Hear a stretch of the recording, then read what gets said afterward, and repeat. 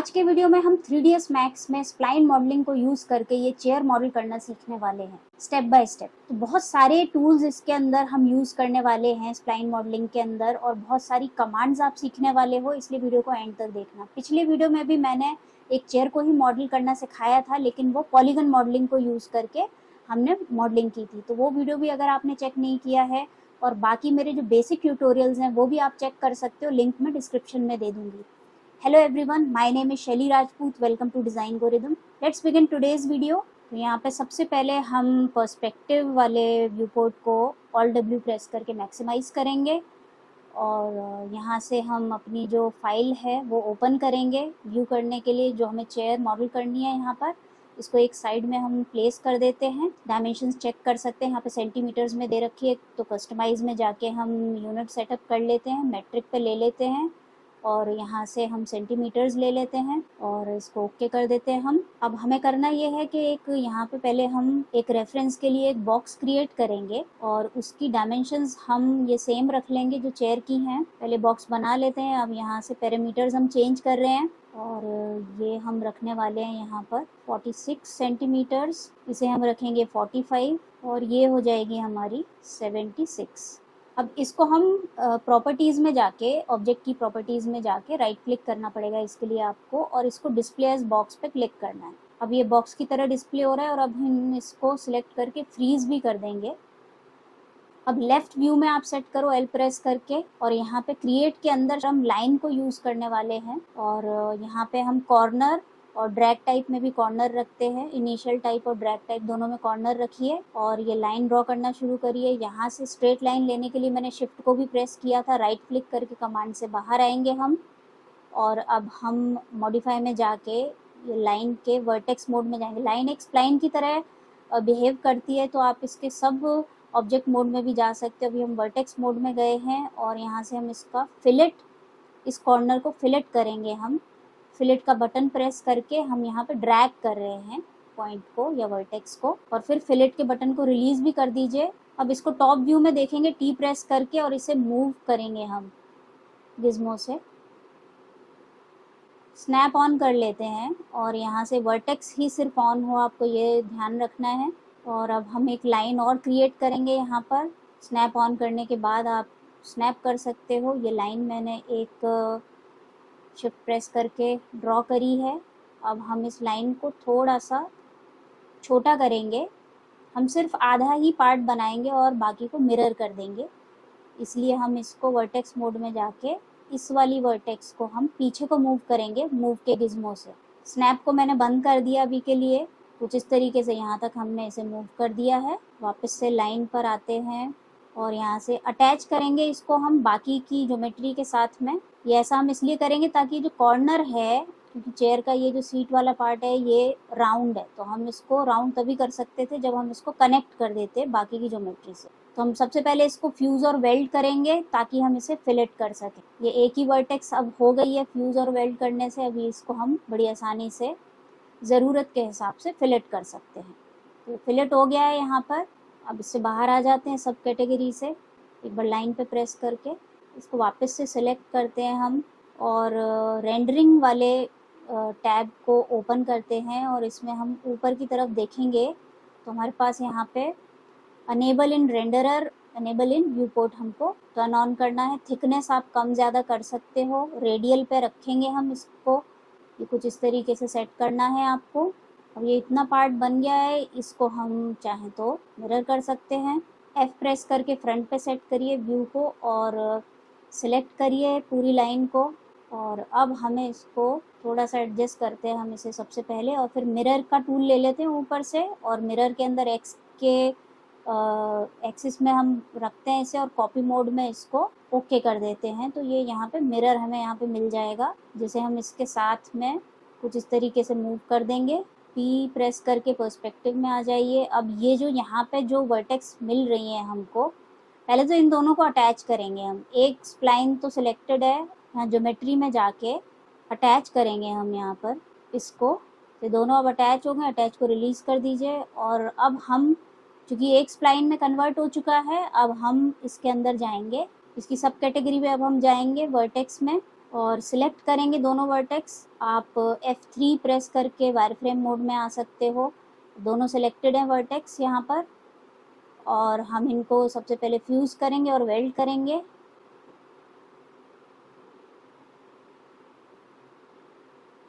ये वेल्ड हो गए हैं। अब ये पूरा एक ऑब्जेक्ट में कन्वर्ट हो चुका है, या एक ज्योमेट्री में कन्वर्ट हो चुका है यहाँ पर। तो हम इससे बाहर आ चुके हैं। अब हमें ये आगे का पीस इसके अंदर ज्वाइन करना है।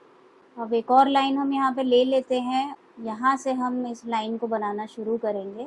यहाँ पे हमें लगता है कि एक वर्टेक्स ऑलरेडी है पिछली ज्योमेट्री की। यहाँ तक हम लेकर आएंगे और क्लिक कर देंगे। राइट क्लिक करके कमांड से बाहर आएंगे, मॉडिफाई के अंदर जाएंगे यहाँ पर, और अटैच करेंगे हम इसको बाकी की ज्योमेट्री के साथ में। अटैच को रिलीज़ करेंगे, और अब यहाँ पे हमको वर्टेक्स मोड में आना है सबसे पहले। और यहाँ पे दो वर्टेक्स हैं तो इनको फ्यूज़ और वेल्ड कर देंगे हम। हमने यहाँ पे जानबूझ के ऐसी जगह पर ये लाइन क्रिएट करी है जहाँ पे दूसरी वर्टेक्स के साथ ये मिल सके और हम उसे वेल्ड और फ्यूज़ कर सकें। अब हम यहाँ पे देखें तो ये हमारा तैयार है ये वाला पार्ट। अब हमें ये जो बैक का जो लेग और बैक के लेग्स और जो पीछे बैक है उसको तैयार करना है। तो यहाँ पे मैंने लेफ़्ट व्यू पे सेट कर दिया इसको L प्रेस करके, और अब हम वापस से लाइन टूल पिक कर रहे हैं, लाइन की कमांड ले रहे हैं क्रिएट में जाके, और यहाँ से हम लाइन लेना शुरू कर रहे हैं इस कॉर्नर से। जो हमारी इमेज है उसको ध्यान में रखते हुए हम यहाँ पे ज्योमेट्री क्रिएट करने की कोशिश कर रहे हैं। और यहाँ तक आने के बाद क्लिक करना है आपको, और फिर यहाँ इस तरफ आना है हमें और क्लिक करना है, और राइट क्लिक करके कमांड से बाहर आना है। ज्योमेट्री ये रेडी है। इसको हम मूव करेंगे, T प्रेस करके टॉप व्यू में आएंगे और इसको हम सिलेक्ट करेंगे और इसको मूव करेंगे जहाँ इसको होना चाहिए, सही जगह पे, कुछ इस तरीके से। अब इस वाले कॉर्नर को हमें थोड़ा शेप देना पड़ेगा, तो वर्टेक्स मोड में आते हैं, वर्टेक्स चूज़ कर लेते हैं, और नीचे से हम फिलेट पे प्रेस करेंगे बटन पे, और यहाँ से इसको जितना भी हमें फिलेट ठीक लग रहा है अकॉर्डिंग टू द इमेज, हम यहाँ पे इसको फिलेट कर देंगे और फिलेट के बटन को रिलीज़ कर देंगे। अब हमें करना ये है कि हमें इसको मिरर करना है ताकि दूसरी तरफ का लेग भी यहाँ पे हम क्रिएट कर सकें। तो सेम हमारी सेटिंग रहेगी, एक्स एक्सिस लेनी है और कॉपी मोड लेना है और ओके करना है, और स्नैप को ऑफ कर दें अगर वो ऑन है तो, और इसको उठा के हमें यहाँ पे इसको प्लेस करना है।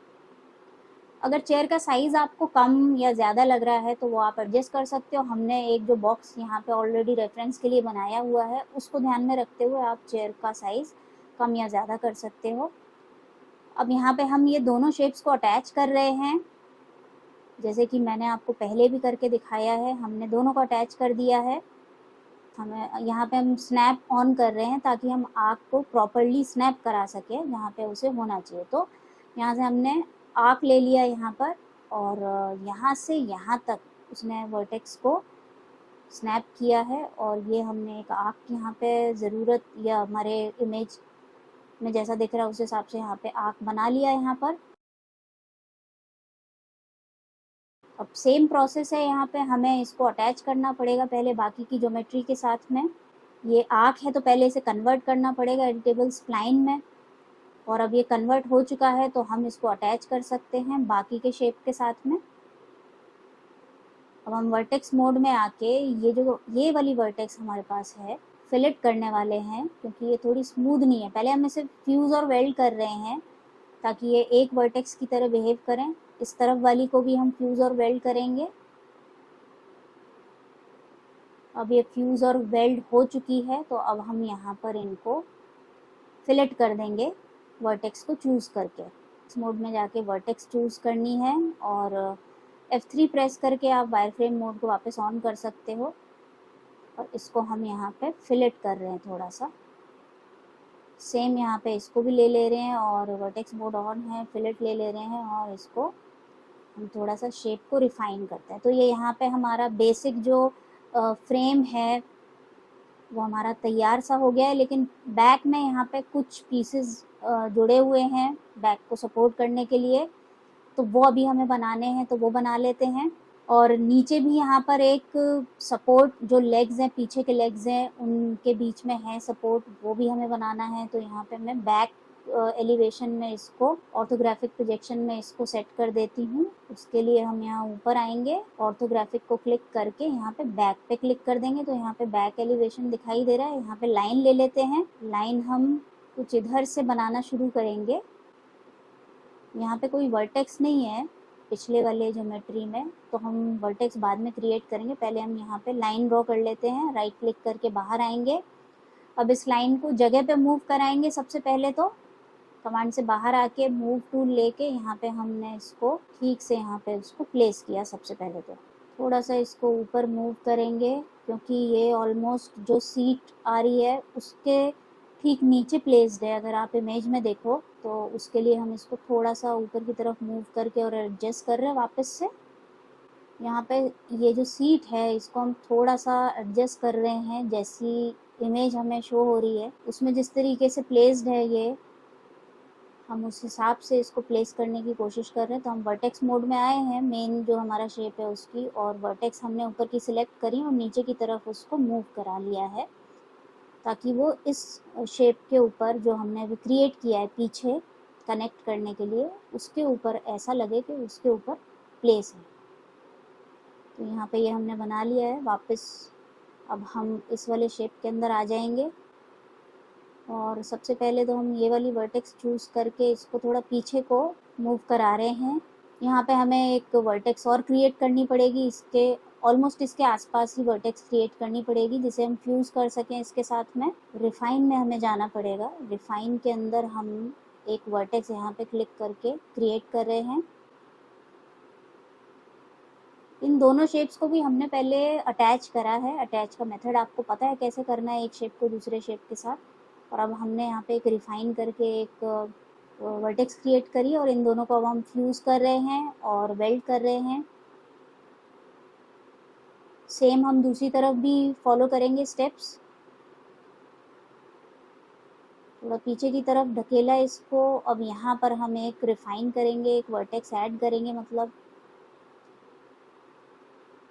लगभग इसी की रेफरेंस में हम करेंगे, ताकि फ्यूज़ करने में हमें कोई दिक्कत ना हो। अब इसे वापस से मूव करा के इसके बिल्कुल पास में रख देंगे। अब ये दोनों वर्टेक्स हम सिलेक्ट करेंगे, क्योंकि हमने ये अटैच कर दिया था शेप, तो हम एक साथ दोनों को सिलेक्ट कर पा रहे हैं। इसको वेल्ड कर देंगे और फ्यूज़ कर देंगे, और बाहर आते हैं सब ऑब्जेक्ट मोड से। तो यहाँ पे अब ये बहुत अच्छे से कनेक्ट हो चुका है ये वाला शेप। अब पूरा वायर फ्रेम हमारा, मतलब पूरा जो इसका फ्रेमवर्क है वो हमारा तैयार है।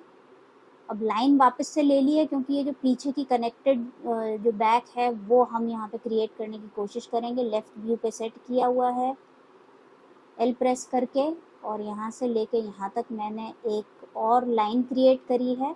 और मैंने चूंकि अनेबल कर रखा है रेंडर इन व्यू पोर्ट, इसलिए हम यहाँ पे इसको देख पा रहे हैं थिकनेस में। अब हम इसको एडजस्ट करेंगे। लाइन के वर्टेक्स मोड में जाके हम इस वर्टेक्स को चूज़ करके मूव करेंगे इसके ऊपर, और नीचे से भी हम देखेंगे कि अगर इसको मूव करने की ज़रूरत है तो वर्टेक्स को सिलेक्ट करके और इसको मूव करेंगे। और बैक एलिवेशन में जाके एक बार ये देख लेते हैं कि ये ठीक से सेंटर में प्लेस्ड है या नहीं है। नहीं होगी तो हम इसको पूरी लाइन को सिलेक्ट करके बाहर आके कैटेगरी से और इसको पूरा सेंटर पे मूव कर रहे हैं। और दोनों तरफ की अब हमें यहाँ पे बैक की जो ये रॉड्स हैं ये क्रिएट करनी है। तो हम इसी को पहले शिफ्ट प्रेस करके कॉपी कर लेते हैं, और इसी को अब हम एडजस्ट करेंगे। तो कॉपी कर लिया हमने यहाँ पर शिफ्ट प्रेस करके मूव कमांड के थ्रू, और अब हम इसकी वर्टेक्स को चूज़ करेंगे ऊपर की और मूव करेंगे वर्टेक्स मोड में जाके। ये हमने चूज़ किया और अब हमने इसको सही से सही जगह पे इसको प्लेस किया। नीचे का भी आप देख सकते हो, अगर ठीक से नहीं है तो उसकी भी वर्टेक्स को चूज़ करके, और उसको, ये थोड़ा सा टिल्टेड है तो हम इसको यहाँ पे इस तरफ को मूव कर रहे हैं।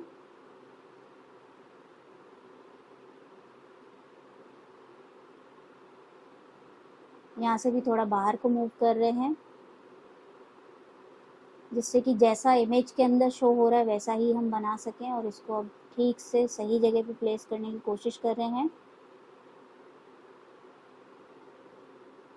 ठीक लग रहा है मुझे अब ये। तो अब इसी की हम एक कॉपी और बनाएंगे, शिफ्ट प्रेस करके मूव करेंगे और इसको भी एडजस्ट करेंगे हम बिल्कुल वैसे ही जैसे हमने पहली वाली रॉड को एडजस्ट किया था।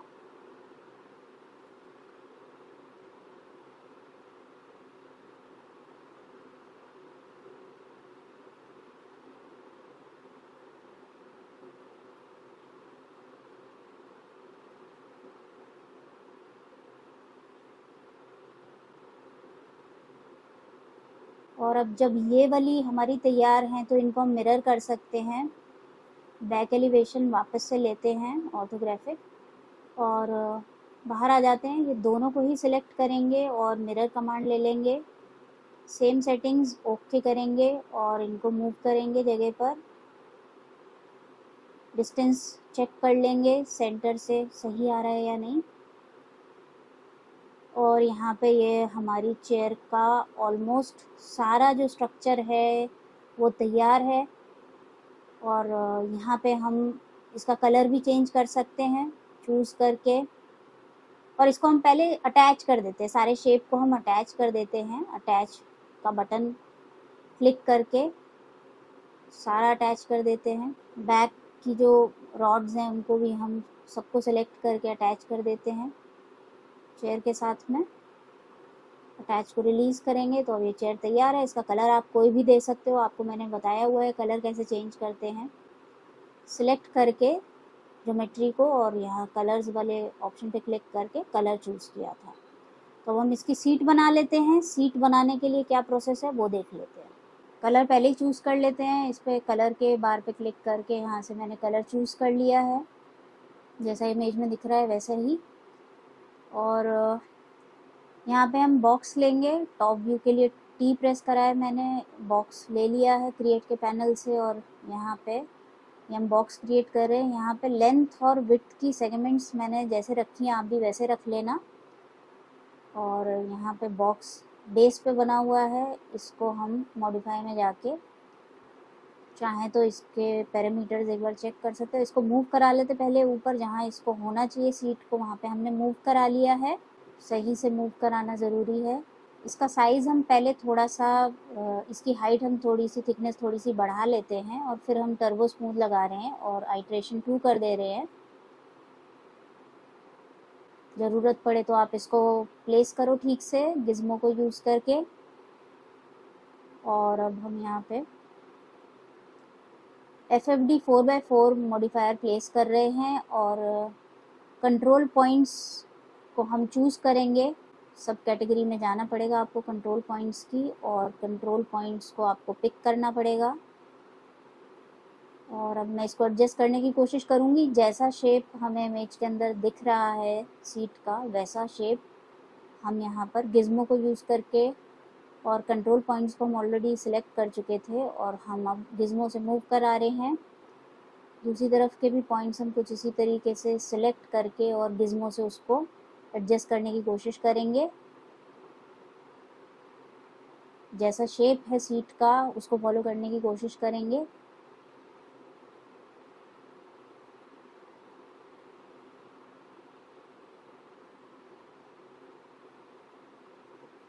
अब इन वाले कंट्रोल पॉइंट्स को सिलेक्ट कर रही हूँ मैं और थोड़ा सा पीछे को मूव करा रही हूँ।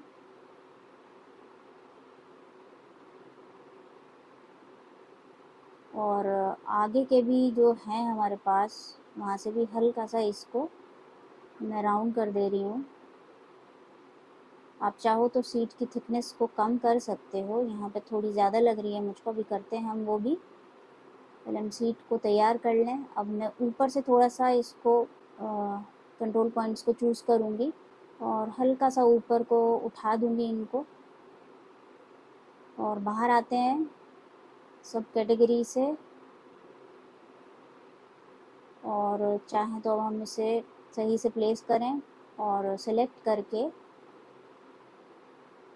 इसको हम अनफ्रीज़ कर देते हैं, अनफ्रीज़ ऑल कर देते हैं और इसको डिलीट कर देते हैं। अब हमें इसकी कोई ज़रूरत नहीं है, ऑलरेडी हमारा जो और चेयर का सारा कंस्ट्रक्शन है वो रेडी है और रेफरेंस की कोई ज़रूरत नहीं है, तो उसको डिलीट कर दिया हमने। यहाँ पे चेयर रेडी है हमारी।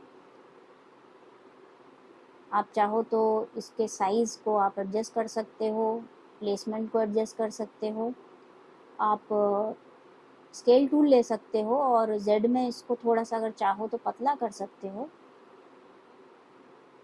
तो चेयर तो रेडी है, आप देख सकते हो कितनी आसानी से हमने स्प्लाइन मॉडलिंग को यूज़ करके इस चेयर को मॉडल कर लिया है। तो क्या लगता है आपको ये वीडियो देखकर?